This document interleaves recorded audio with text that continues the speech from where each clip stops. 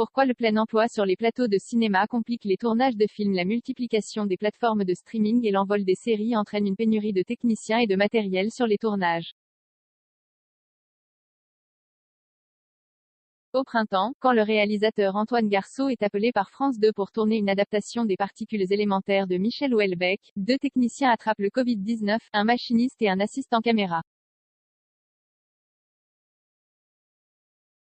Surprise, là où, il y a quelques années, pour ce tournage en Bretagne, 2 coups de fil auraient suffi pour les remplacer, voilà qu'il faudra à la production des dizaines d'appels pour trouver à recruter.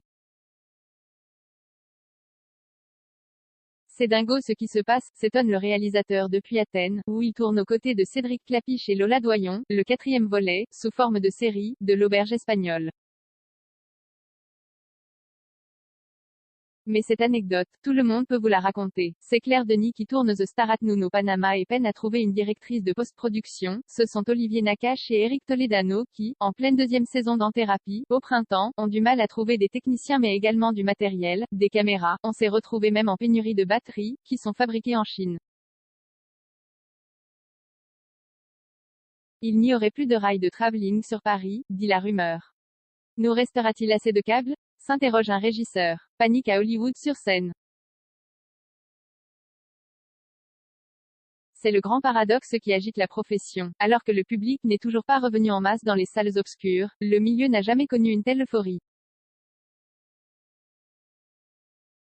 C'est paradoxalement le plein emploi, expliquait, au milieu d'un confinement qu'on croyait assassin pour le 7e art, un Éric Toledano éberlué. Marmite en ébullition. L'équation est pourtant simple. Multiplication des tuyaux, les plateformes, Netflix, OCS, Amazon, Apple TV, Mubi, signifie multiplication des demandes de contenu, égale multiplication des tournages. Ajoutez à cela le triomphe des séries sur le petit écran, lesquelles engagent beaucoup plus de gens sur des périodes beaucoup plus longues, quelques 100 jours d'affilée pour 8 à 10 épisodes de 52 minutes, et vous avez votre marmite en ébullition. Terminé le temps où les intermittents du cinéma avaient du mal à boucler leur nombre d'heures, remarque Sandrine Paco, qui vient de terminer le tournage du Astérix de Guillaume Canet, en tant que directrice de production. Épaulée par le régisseur pour la logistique, l'administrateur de production pour la comptabilité, et l'assistant à la mise en scène pour l'artistique, le directeur de production est en première ligne dans cette crise. 73,94%.